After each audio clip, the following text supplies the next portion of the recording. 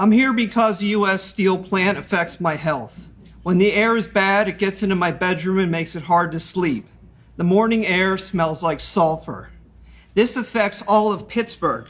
Why is this relegated to such a small room? U.S. Steel has a long history of air pollution. They have paid fines totaling more than $4 million in enforcement actions from 2007 to the first quarter of 2019 for exceeding emissions limits.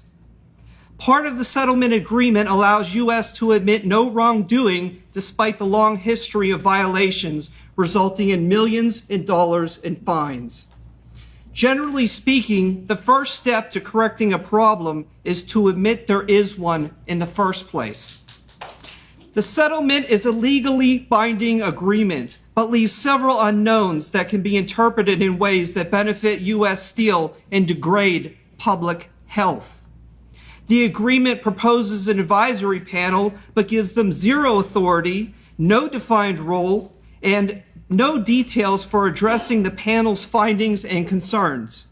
It does not include any members of the scientific community. The agreement names communities that are beneficiaries of the trust, but didn't define the parties that could propose projects or seek benefits.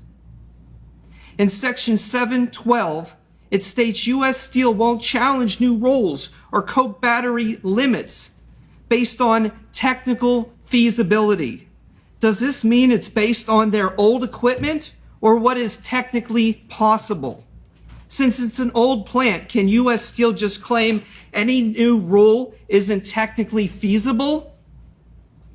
Our city suffers from frequent weather inversions that trap pollution at ground level.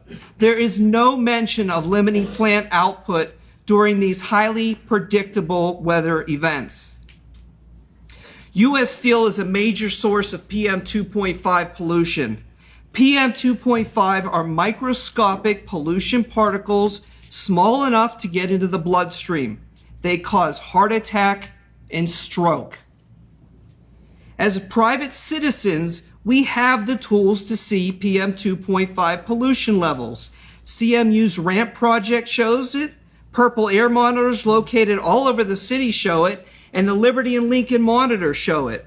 This is all publicly accessible data. In Section 712C, the agreement relies on enacting more stringent pollution limits to the readings of one single monitor, the Liberty monitor.